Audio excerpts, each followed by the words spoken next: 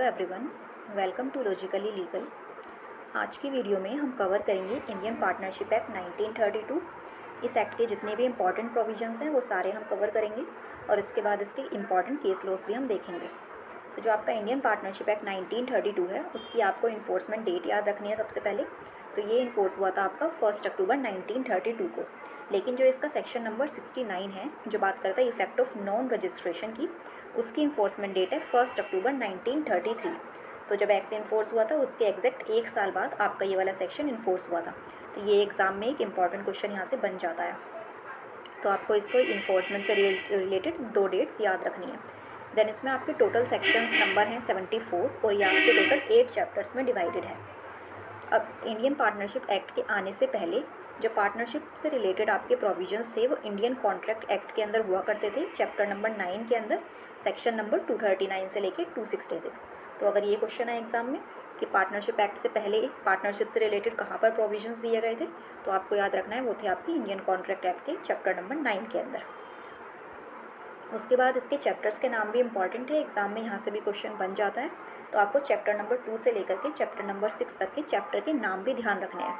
Chapter number 2 है आपका nature of partnership, then आपका रिलेशन आता है पार्टनर्स का एक दूसरे के साथ to one another, then relation of partner to third party, फिर incoming and outgoing partners, and आपका चैप्टर नंबर 6 है डिसोल्यूशन ऑफ अ फर्म। तो ये चैप्टर के नाम भी आप याद रखें। अब नेक्स्ट क्वेश्चन बनता है आपका कि लीगल स्टेटस क्या होता है एक पार्टनरशिप फर्म का। तो जो पार्टनरशिप फर्म होती है वो कोई सेपरेट लीगल एंटिटी नहीं होती है। मतलब एक पार्टनरशिप जो होती है केवल अपने पार्टनर से ही बनती है, इसकी कोई भी अपने पार्टनर से अलग सेपरेट लीगल आइडेंटिटी नहीं होती है।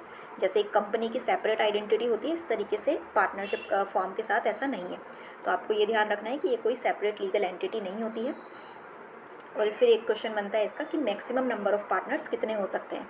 तो अगर बैंकिंग के पर्पज़ से पार्टनरशिप फॉर्म बन रही है तो उसमें मैक्सिमम 10 मेंबर्स हो सकते हैं, और नॉन बैंकिंग पर्पज़ से अगर बन रही है तो मैक्सिमम उसमें 20 पार्टनर्स हो सकते हैं। अब आते हैं इस चैप्टर के इस एक्ट के अंदर, जिसमें सबसे पहले आती हैं डेफिनेशंस। तो इसमें आपकी 3 इंपॉर्टेंट डेफिनेशन है। जैसे कि सेक्शन नंबर 2 क्लोज ए के अंदर आपको एक्ट ऑफ फॉर्म डिफाइन है। तो इसमें आपको ये सेक्शन नंबर क्लोज वाइज ही याद रखना है। तो एक्ट ऑफ फॉर्म क्या होता है आपका, कोई भी एक्ट या ओमिशन जो कोई भी पार्टनर्स, सारे के सारे पार्टनर्स के द्वारा किया जाता है, या फिर कोई भी एक पार्टनर करता है, या फिर कोई भी एजेंट करता है, which give rise to a right enforceable by और अगेंस्ट द फर्म। तो आपको एज इट इज़ ये डेफिनेशन याद रखनी है। फिर सेक्शन 2 क्लोज बी के अंदर बिजनेस डिफाइन किया गया है। बिजनेस में आपका ट्रेड, ऑक्यूपेशन और प्रोफेशन, 3 चीज़ें इंक्लूड की गई हैं। देन सेक्शन 2 क्लोज डी में थर्ड पार्टी को डिफाइन किया गया है। तो पार्टनर से अलग अगर कोई भी पर्सन है तो उसे थर्ड पार्टी कह के रेफ़र किया जाता है। तो ये आपको 3 डेफिनेशंस याद रखनी है क्लोज वाइज। देन आपको इसमें सेक्शन नंबर 4 पढ़ना है, जिसमें डिफाइन किया गया है पार्टनरशिप को, पार्टनर को, फर्म को और फर्म के नेम। तो इसमें आपको ये ध्यान रखना है कि सेक्शन 4 में 4 चीज़ों को डिफाइन किया गया है। एक तो क्वेश्चन ये बनता है। फिर इसमें पार्टनरशिप का क्या मतलब होता है। तो पार्टनरशिप एक ऐसी रिलेशनशिप है बिटवीन द पर्सन जो एग्री होते हैं कि वो कोई बिज़नेस करेंगे और उसका प्रॉफिट शेयर करेंगे, और वो बिज़नेस या तो वो सब मिल करके करेंगे या फिर कोई एक पर्सन करेगा बाकी सबकी बिहाफ पर। तो आपको ये जो लास्ट में इसमें लिखा हुआ है कैरीड ऑन बाय ऑल और any person acting for all, तो ये याद रखना है आपको, यहाँ से एग्ज़ाम में क्वेश्चन बनता है। और जो पर्सन है जो बिज़नेस कर रहे हैं उन्हें पार्टनर्स बोलते हैं, और कलेक्टिवली जब वो एक साथ मिल करके काम करते हैं तो उसी को हम पार्टनरशिप फर्म बोल देते हैं, और जिस नाम के अंदर भी वो ऑपरेट कर रहे हैं उसे फर्म का नाम बोलते हैं। तो यहाँ पर आपको सेक्शन 4 के अंदर ये 4 चीज़ें डिफाइन किए गए हैं, आपको ध्यान रखना है। देन आपका इसमें सेक्शन नंबर 5 भी इंपॉर्टेंट है, जिसमें बताया गया है कि partnership arises from a contract not by the status. तो जो पार्टनरशिप है वो एक कॉन्ट्रैक्ट से अराइज होती है, ना कि स्टेटस से। स्टेटस का इसमें ये मतलब है कि एक फैमिली के अगर कुछ लोग आपस में मिलकर के कोई बिज़नेस करने लगे तो उसे हम पार्टनरशिप फर्म नहीं बोलेंगे, क्योंकि वो स्टेटस से क्रिएट की गई है। तो इसमें ये एग्जांपल दे करके समझाया भी है कि हिंदू अनडिवाइडेड फैमिली अगर कोई बिज़नेस कर रहे हैं या फिर हस्बैंड वाइफ मिल करके कोई बिज़नेस करने लगते हैं तो उनको पार्टनर्स कंसीडर नहीं किया जाएगा, बिकॉज़ ये सिर्फ स्टेटस की वजह से बने हैं, ना कि किसी कॉन्ट्रैक्ट की वजह से। देन इसमें आता है आपका सेक्शन नंबर 6, जो बात करता है mode of determining existence of partnership, कि कुछ लोगों के बीच में पार्टनरशिप है या नहीं है उसको पता कैसे लगाएं। तो इसमें हम देखते हैं कि रियल रिलेशनशिप कैसा है पार्टनर्स का, अगर मतलब कॉन्ट्रैक्ट के थ्रू वो अगर वो एग्री हुए हैं कि हम शेयर करेंगे प्रॉफिट को या फिर पार्टनर्स की तरह रहेंगे, तो हम उसमें रियल रिलेशनशिप देखते हैं। तो यहाँ पे आपको रियल रिलेशनशिप वर्ड याद रखना है। देन जो शेयरिंग ऑफ प्रॉफिट है, ये कंक्लूसिव प्रूफ नहीं होता पार्टनरशिप का। आप कोई ऐसा कर सकते हैं कि जैसे हम कोई बाइक बेच करके डिसाइड कर लिया कि जो भी प्रॉफिट आएगा आधा एक पर्सन ले लेगा, आधा दूसरा पर्सन ले लेगा, तो यहाँ पर भी शेयरिंग ऑफ प्रॉफिट हो रहा है, लेकिन ये कोई पार्टनरशिप नहीं हुई। तो जो शेयरिंग ऑफ प्रॉफिट है, केवल उसी को ही हम कंक्लूसिव प्रूफ नहीं मान सकते पार्टनरशिप का। और जो एक्चुअल टेस्ट होता है वो होता है आपका म्यूचुअल एजेंसी, मतलब कि जो पार्टनर्स हैं वो एक दूसरे के लिए काम करते हैं। तो यहाँ पर आपको याद रखना है म्यूचुअल एजेंसी जो होती है इज़ द ट्रू टेस्ट, ना कि शेयरिंग ऑफ प्रॉफिट। और इसमें फिर आपके चार ये एक लाइंस में एग्जांपल्स भी दिए हुए हैं। एग्जाम में क्वेश्चन यहाँ से बनता है कि इन चारों रिलेशनशिप में भले ही प्रॉफिट का शेयरिंग हो रहा है, लेकिन तब भी उसको पार्टनरशिप नहीं माने जाएंगे। तो आपको ये जो चारों लास्ट में लिखे हुए हैं ये याद रखने हैं, एज इट इज़ एग्जाम में यहाँ से एग्जाम में क्वेश्चन बनता है कि कोई भी पर्सन अगर प्रॉफिट रिसीव कर रहा है as a repayment of a loan, तो वो पार्टनरशिप नहीं होगी। या फिर कोई भी सर्वेंट या फिर एजेंट हो गया, सिर्फ उसको सैलरी या फिर वेजेस मिल रही हैं, वो भी पार्टनरशिप नहीं है। या फिर शेयरिंग ऑफ प्रॉफिट है कि गुडविल बेच करके जो प्रॉफिट शेयर कर रहे हैं पर्सनस, वो भी पार्टनरशिप नहीं है। या फिर कोई चाइल्ड या विडो है, उनको अपने डिकीज़ जो पार्टनर है या फिर डिकीज़ जो उनके फादर या मदर हैं, उनके जो एनविटी थी उसमें से प्रॉफिट मिल रहा है, तो उस केस में भी उनको पार्टनरशिप नहीं माना जाता। तो आपको ये चारों चीज़ें याद रखनी है, जो कि मेंशन है आपके सेक्शन नंबर 6 के अंदर। देन आपका इसमें एक केस लॉ भी आता है जो कि बहुत ही इंपॉर्टेंट है, उसका नाम है आपका कॉक्स वर्सेस हिकमैन। इसके अंदर भी ट्रू टेस्ट को डिफाइन किया गया था कि पार्टनरशिप के लिए क्या देखा जाएगा। तो यहाँ पे भी यही हेल्ड हुआ था कि sharing of profit does not itself create a partnership, और जो ट्रू टेस्ट है वो है कि आपका म्यूचुअल एजेंसी उन पर्सनस के बीच में एग्जिस्ट करती थी या फिर नहीं। तो इस वाले केस का नाम आपको याद रखना है, जो कि आपका सेक्शन नंबर 6 में आता है। देन आपको सेक्शन नंबर 7 और 8 दोनों याद रखने हैं। डायरेक्ट एग्जाम में सेक्शंस पूछे जाते हैं कि पार्टनरशिप एट विल कहाँ पे डिफाइन है और पर्टिकुलर पार्टनर कहाँ पर डिफाइन है। तो पार्टनरशिप एट विल वो होता है जब आपने पार्टनरशिप तो कर ली है कॉन्ट्रैक्ट के थ्रू, लेकिन आपने उस पार्टनरशिप का ड्यूरेशन और डिटर्मिनेशन डिफाइन नहीं किया। तो आपको ये दो वर्ड याद रखने हैं। ड्यूरेशन जब आपने डिटरमाइन नहीं किया, या फिर डिटर्मिनेशन ऑफ देयर रिलेशनशिप उन्होंने डिसाइड नहीं किया। ये मेंशन है आपका सेक्शन नंबर 7 के अंदर। और कोई भी पार्टनरशिप जो केवल एक पर्टिकुलर पर्पस के लिए बनी है और उस पर्पस के बाद वो पार्टनरशिप ख़त्म हो जाती है, तो उसे बोलते हैं पर्टिकुलर पार्टनरशिप, और ये आपका सेक्शन नंबर 7-8 के अंदर डिफाइन है। देन आपको सेक्शन नंबर 9 याद रखना है, बस इसका आपको सेक्शन नंबर 9 याद रखना है। अंदर से इसमें एग्जाम में क्वेश्चन नहीं बनता है। इसमें आपकी मेंशन है जनरल ड्यूटीज़ क्या होंगी पार्टनर्स की। तो पार्टनर्स एक दूसरे के ग्रेटेस्ट कॉमन एडवांटेज के लिए काम करेंगे, एक दूसरे के टूवर्ड्स वो फेथफुल रहेंगे, और जो भी इंफॉर्मेशन है उनके बिजनेस से रिलेटेड, पार्टनरशिप फॉर्म से रिलेटेड, वो एकदम एक दूसरे को सही बताएंगे, मतलब ट्रूली सारी चीज़ें वो एक दूसरे के साथ शेयर करेंगे, पूरी इन्फॉर्मेशन। तो ये आपका सेक्शन नंबर 9 के अंदर मेंशन। फिर आपको इसमें ध्यान रखना है द कंडक्ट ऑफ बिजनेस, जो सेक्शन नंबर 12 के अंदर मेंशन है।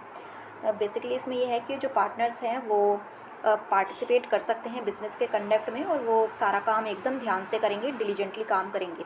यहाँ से जो क्वेश्चन बनता है वो इसके क्लोज सी से, जिसमें ये पूछा जाता है कि अगर कोई भी ऑर्डिनरी मैटर्स हैं पार्टनरशिप से रिलेटेड, तो उन पर डिसीज़न किस तरीके से लिया जाएगा। तो जो भी मेजॉरिटी ऑफ पार्टनर्स होंगे उनका वो डिसाइड करेंगे उन ऑर्डिनरी मैटर्स के रिगार्डिंग। तो अगर 10 पार्टनर्स हैं, कोई भी ऑर्डिनरी मैटर आता है, तो उस पर अगर 6 ने भी वोट दे दी है, तो मतलब वो उसके अकॉर्डिंगली वो डिसाइड किया जाएगा। लेकिन अगर कोई भी फंडामेंटल मैटर्स होगा, फंडामेंटल मैटर मतलब किसी भी नए पार्टनर को ऐड करना है पार्टनरशिप फर्म में, या फिर कोई भी चेंज करना है नेचर ऑफ बिजनेस में, तो इस तरीके के जो फंडामेंटल मैटर्स होते हैं उनमें सभी पार्टनर्स का यूनानिमस ओपिनियन चाहिए। मतलब 10 के 10 पार्टनर्स अगर एग्री करेंगे तभी वो काम होगा, वरना नहीं। तो इसमें यही क्वेश्चन बनता है कि ऑर्डिनरी मैटर्स में कैसे डिसीजन लिया जाता है। तो यहाँ पे मेजॉरिटी ऑफ द पार्टनर्स का वोट लगता है, और फंडामेंटल मैटर्स में सारे ही जितने पार्टनर्स हैं उन सबको ही एग्री होना पड़ता है। तो इसमें आपको इसका क्लोज सी याद रखना है। फिर आता है आपका सेक्शन नंबर 14, जिसमें बात की गई है प्रॉपर्टी ऑफ द फर्म। तो इसमें प्रॉपर्टी ऑफ द फर्म में क्या क्या इंक्लूड किया गया है। तो ऐसी प्रॉपर्टी जिसको पार्टनर्स ओरिजिनली लाए हैं जब उन्होंने शुरू किया था अपना पार्टनरशिप फर्म, या फिर बाद में उन्होंने, जब उनकी पार्टनरशिप स्टार्ट हो गई थी, बाद में उन्होंने वो परचेज़ करी है। तो या तो ओरिजिनली लाए हैं या फिर एक्वायर्ड करी है उन्होंने। और इसमें उनकी गुडविल भी इंक्लूड की जाती है, और जो पार्टनरशिप फर्म की जो प्रॉपर्टी है वो केवल फर्म के बिज़नेस में ही यूज़ की जाएगी, एक्सक्लूसिवली फर्म के बिज़नेस के लिए यूज़ की जाती है। तो ये भी आपको ध्यान रखना है। तो ये सब आपका मेंशन है सेक्शन नंबर 14 के अंदर। इसके बाद आपको याद रखना है सेक्शन नंबर 18, जिसमें मेंशन है कि जो पार्टनर्स होते हैं वो एक दूसरे के भी एजेंट होते हैं और वो फर्म के भी एजेंट होते हैं for the purpose of business. तो partners to be agent of the firm mentioned है आपका सेक्शन नंबर 18 के अंदर। तो इसमें मेंशन है आपका every partner is a agent of the firm for the purpose of the business. और कोई भी अगर एक्ट किया जाता है पार्टनर के द्वारा फर्म के नाम पर, तो वो यूजुअली क्या होता है, उसमें फर्म जो है उससे बाउंड होती है। फिर आता है आपका सेक्शन नंबर 19, जो इम्प्लाइड अथॉरिटी की बात करता है। Implied authority of a partner as an agent of the firm. तो जो पार्टनर है उसकी इम्प्लाइड अथॉरिटी है to bind the firm by the act. अगर यूजुअल कोर्स ऑफ बिजनेस में कोई भी एक्ट किया जाता है तो इम्प्लाइडली वो जिस भी पार्टनर ने वो काम किया है वो उसको बाइंड करेगा। लेकिन ये जो अथॉरिटी है इम्प्लाइड अथॉरिटी, वो एम्पावर नहीं करती है पार्टनर्स को कुछ सर्टेन एक्ट्स के लिए। और एग्जाम में क्वेश्चन इन्हीं आपके जो एक्ट हैं वहीं से ही क्वेश्चन बनता है, जो इसके क्लोज 2 के अंदर मेंशन है कि जो इम्प्लाइड अथॉरिटी है वो किस तरीके के एक्ट्स पे अप्लाई नहीं होती है। तो यहाँ पर आपको 7-8 एक्ट्स दिए हुए हैं, उनके आपको नाम ध्यान रखने हैं। जैसे कि कोई भी पार्टनर अगर सबमिट कर देता है कोई भी डिस्प्यूट आर्बिट्रेशन में, या फिर कोई भी वो बैंक अकाउंट ओपन कर लेता है अपने नाम पर on the behalf of a firm, या फिर वो अपना कोई भी जो भी क्लेम है पार्टनरशिप से फर्म से रिलेटेड उसको कॉम्प्रोमाइज़ या फिर रिलिंक्विश कर देता है, विड्रॉ कर लेना सूट को, या फिर एडमिट कर लेना कोई भी लाइबिलिटी किसी भी सूट या प्रोसीडिंग के अंदर, कोई भी इमूवेबल प्रॉपर्टी एक्वायर या ट्रांसफ़र कर देना, या फिर किसी भी पार्टनरशिप में एंटर कर जाना on the behalf of the firm. तो एम्प्लॉयड अथॉरिटी में ये सारी चीज़ें इंक्लूड नहीं की गई हैं, ये आपको ध्यान रखना है। इस मेंशन है आपका सेक्शन नंबर 19 के अंदर। देन आपका नेक्स्ट इंपॉर्टेंट सेक्शन आता है सेक्शन नंबर 25। तो इसमें जो क्वेश्चन बनता है वो यहाँ से बनता है कि जो पार्टनर्स हैं वो किस तरीके से लाइबल होते हैं फर्म के लिए। तो यहाँ पर आपका मेंशन है कि वो जॉइंटली भी लाइबल होते हैं एंड सेवरली भी लाइबल होते हैं, मतलब एक साथ भी और अलग अलग भी। तो यहाँ पर जो वर्ड यूज़ किया गया है ना जॉइंटली एंड, ये यहाँ पर कभी कभी क्वेश्चन बन जाता है कि एंड वर्ड यूज़ किया गया है या फिर और वर्ड यूज़ किया गया है। तो आपको याद रखना है कि जॉइंटली और एंड वर्ड के बाद है आपका सेवरली। ये मेंशन है आपका सेक्शन नंबर 25 के अंदर। देन इसके बाद आपका नेक्स्ट इंपॉर्टेंट सेक्शन आता है सेक्शन नंबर 28, जो बात करता है होल्डिंग आउट की। ये आपका मोस्ट इंपॉर्टेंट सेक्शन है, काफ़ी बार एग्जाम में यहाँ से क्वेश्चन बना है डायरेक्टली, तो आपको ये सेक्शन नंबर याद रखना है। इसमें ये मेंशन है कि कोई पर्सन भले ही वो पार्टनर नहीं है पार्टनरशिप फर्म का, लेकिन वो फिर भी ऐसे रिप्रेजेंट करता है कि वो पार्टनर ही है किसी पर्टिकुलर पार्टनरशिप फर्म का। और इस तरीके से जब वो रिप्रेजेंट करता है तो सामने वाली पार्टी के सामने जिसको उसने रिप्रेजेंट किया है वो उसको मान भी लेती है कि हाँ यही पार्टनर है। तो इसमें यही है कि देन अगर इस तरीके से सामने वाली पार्टी उस पर यकीन करके कुछ भी ऐसा एक्ट करती है, लाइक वो एग्रीमेंट के अंदर एंटर हो जाती है पार्टनरशिप के साथ, या फिर कोई उसे लोन दे देती है, तो वो जो पर्सन है वो लायबल हो जाता है एज अ पार्टनर, जो भी उस पर बिलीव करके उसके रिप्रेजेंटेशन पे बिलीव करके फर्म को कोई भी क्रेडिट या फिर कोई भी एग्रीमेंट में एंटर करती है। तो यहाँ पर वो उसके लायबल हो जाता है as a partner by the principle of holding out. ये आपका मेंशन है सेक्शन नंबर 28 के अंदर। लेकिन इसके कुछ एक्सेप्शंस भी हैं, आपके 4 टोटल एक्सेप्शंस हैं, वो भी आपको ध्यान रखने हैं। जैसे ये डिकीज्ड पार्टनर के केस में नहीं होता, इंसॉल्वेंट पार्टनर के केस में नहीं होता, कोई भी इंसॉल्वेंट पार्टनर लायबल नहीं होता है फर्म के एक्ट्स के लिए, टोर्ट और क्राइम के केस में नहीं होता, और कोई अगर इनएक्टिव पार्टनर है तो उसके केस में भी ऐसा नहीं होता। ये एक्सेप्शंस भी आपसे पूछ ली जाती है कि होल्डिंग आउट की प्रिंसिपल कौन से केसेस पर नहीं रखती है।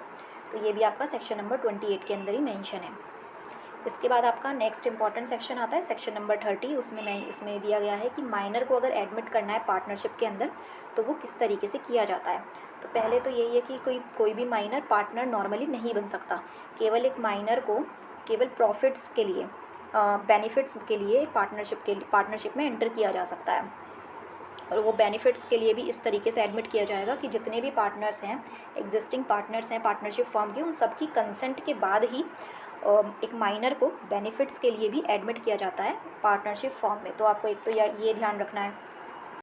दूसरा कि अगर एक बार उसे एडमिट कर लिया गया है बेनिफिट्स के लिए, तो जो माइनर है उसके पास कुछ सर्टेन राइट्स आ जाते हैं, जैसे वो प्रॉफिट शेयर कर सकता है, वो फर्म के अकाउंट को इंस्पेक्ट कर सकता है, बट वो कभी भी पर्सनली लाइबल नहीं होगा फर्म को लॉस के लिए, लेकिन जो उसका शेयर है पार्टनर का वो लाइबल हो सकता है।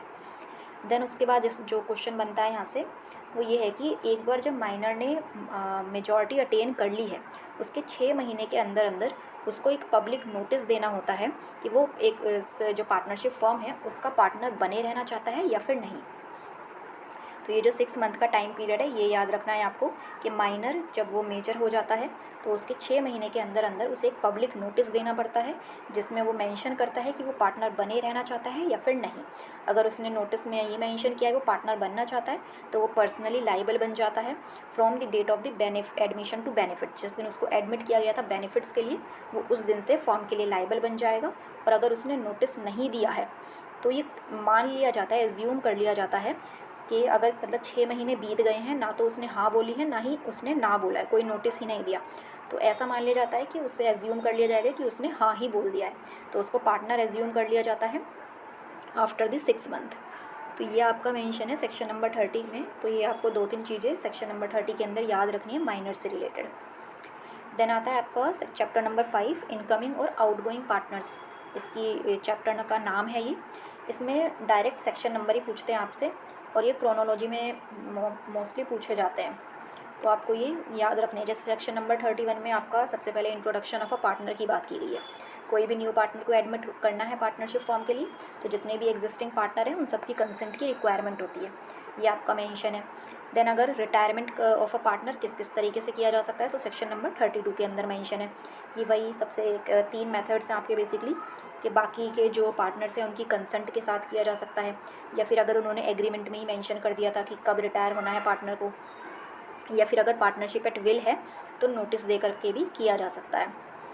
देन आपका सेक्शन नंबर 33, ये आपका यहाँ पे इस वाले चैप्टर में ये वाला आपका सबसे ज़्यादा इंपॉर्टेंट सेक्शन है जो बात करता है एक्सपल्जन ऑफ पार्टनर, कि एक पर्सन को एक्सपेल भी किया जा सकता है।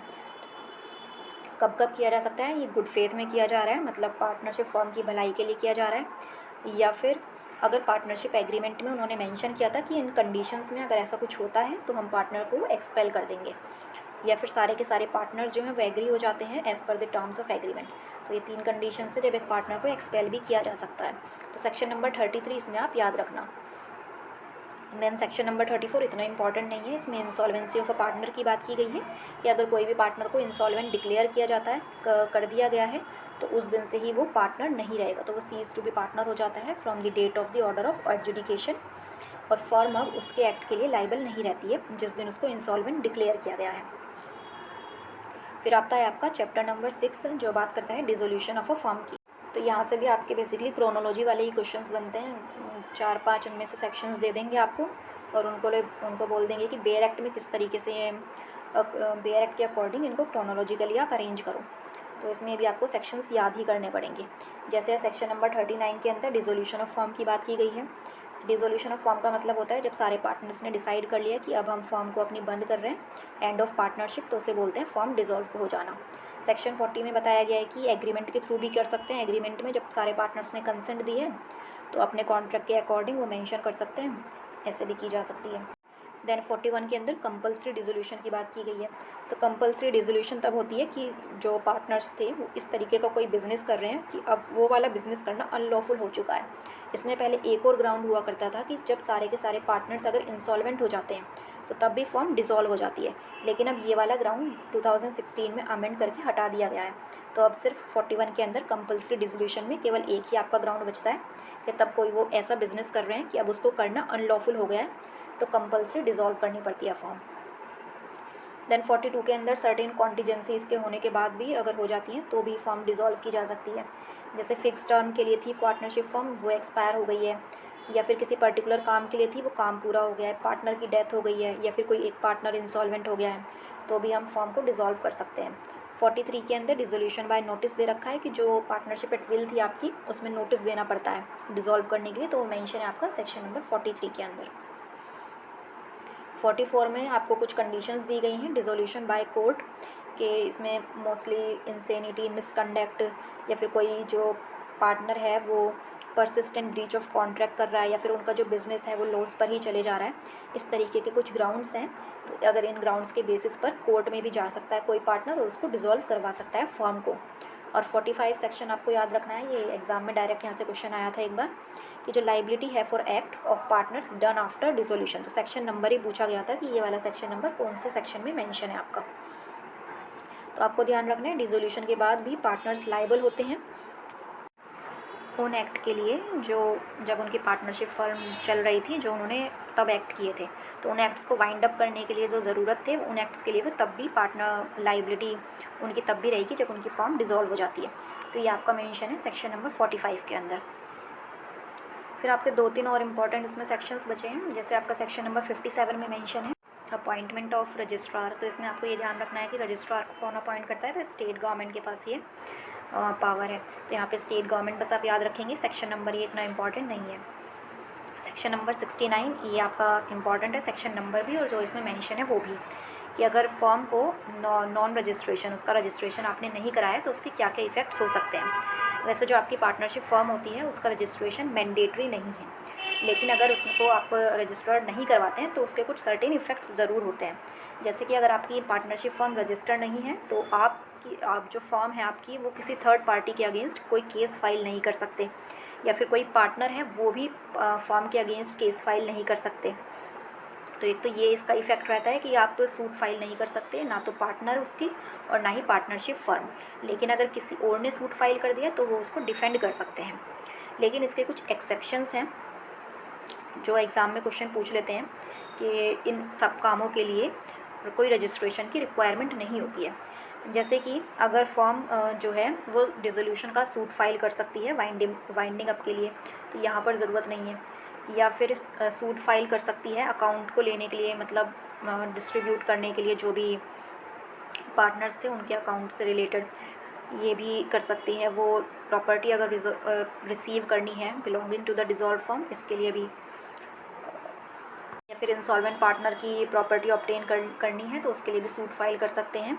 या फिर जब मनी को जो क्लेम करना चाहते हैं वो 100 रुपये से कम का है तो भी सूट फाइल किया जा सकता है। या फिर कोई ऐसी भी एरियाज़ हैं जहाँ पर पार्टनरशिप एक्ट अप्लाई ही नहीं होता, तो उन एरियाज़ पर भी अगर अप्लाई नहीं होता है तो वहाँ पर भी सूट फाइल हो सकता है।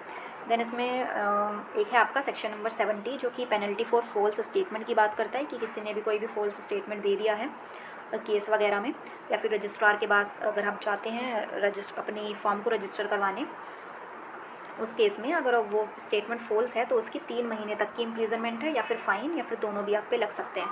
तो इसमें आपको 3 मंथ वाला जो इम्प्रिजनमेंट पीरियड है वो ध्यान रखना है। और एक इसमें आपका आता है सेक्शन नंबर 72 जो कि लास्ट इंपॉर्टेंट सेक्शन है, जो कि बात करते हैं mode of giving public notice, कि कभी भी पब्लिक नोटिस देना है पार्टनरशिप एक्ट के अंदर तो वो किस तरीके से दिया जाता है। तो नॉर्मली या तो न्यूज़पेपर में पब्लिश करवा दिया जाता है, या फिर जो भी कोर्ट या फिर रजिस्ट्री है उसके बाहर उसकी ये कॉपी लगा दी जाती है। तो बस इसमें आपको सेक्शन नंबर 72 याद रखना है कि इसमें ये मेंशन है। देन आपके कुछ इंपॉर्टेंट केस लॉज हैं इसमें। वैसे पार्टनरशिप एक्ट में जो अब 2-3 साल से ट्रेंड चल रहा है तो केसेस इसमें से नहीं पूछे जाते हैं, सेक्शन से पूछे जा रहे हैं। बट 2017-18 तक काफ़ी केसेस पूछते थे ये। तो कुछ ही इंपॉर्टेंट केसेस हैं इसके, जैसे एक हो गया आपका Rakesh Kumar versus UG hotels. इसमें यही एंड हुआ था कि partnership is not created by status, बल्कि एक कॉन्ट्रैक्ट या एग्रीमेंट की ज़रूरत होती है।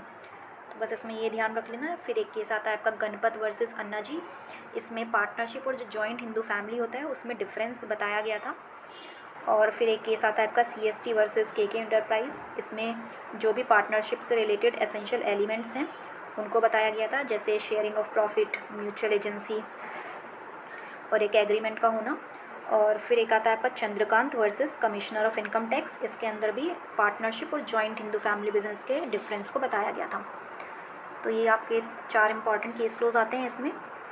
फिर एक आपके सिलेबस में लिमिटेड लाइबिलिटी पार्टनरशिप भी मेंशन है। तो इसमें इस वाले एक्ट में से आपके सेक्शंस तो नहीं पूछे जाते हैं, बट 1-2-3 इंपॉर्टेंट चीज़ें हैं जो आपको पता होनी चाहिए। जैसे एक तो आपको एक्ट का नाम पता होना चाहिए कि जो लिमिटेड लाइबिलिटी पार्टनरशिप है उसके लिए एक अलग से एक्ट बना हुआ है जो कि है 2008 का। तो एक तो आपको ये ध्यान रखना है।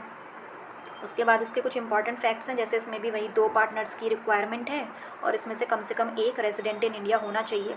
फिर जो आपकी LLP लिमिटेड लाइबिलिटी पार्टनरशिप होती है वो एक बॉडी कॉर्पोरेट है और एक सेपरेट लीगल एंटिटी है। तो जैसे कि कंपनी की सेपरेट आइडेंटिटी होती है, इसी तरीके से लिमिटेड लाइबिलिटी पार्टनरशिप की एक सेपरेट आइडेंटिटी होती है। तो इसमें आपको ये ध्यान रखना है, ये डिफरेंस भी है कि जो पार्टनरशिप एक्ट है और लिमिटेड लाइबिलिटी पार्टनरशिप एक्ट है उन दोनों में ये डिफरेंस है। और इसमें जो पार्टनरशिप की है वो भी लिमिटेड लाइबिलिटी हो सकती है और वो पर्सनली लाइबल नहीं होते हैं फर्म के डेट के लिए। जैसे कि पार्टनरशिप एक्ट के अंदर हुआ करते थे। जो पर्सन थे उनकी वहाँ पर लिमिटेड लाइबिलिटी नहीं होती और वो एक दूसरे के एक्ट के लिए लाइबल होते हैं फॉर्म के लिए, बट लिमिटेड लाइबिलिटी पार्टनरशिप में ऐसा नहीं होता है। फिर ये कुछ की डिफरेंसेस हैं आपके पार्टनरशिप फॉर्म में और लिमिटेड लाइबिलिटी पार्टनरशिप में। जैसे कि पार्टनरशिप फॉर्म हमने पढ़ा था, इसकी कोई सेपरेट लीगल एंटिटी आइडेंटिटी नहीं होती है, बट LLP की होती है।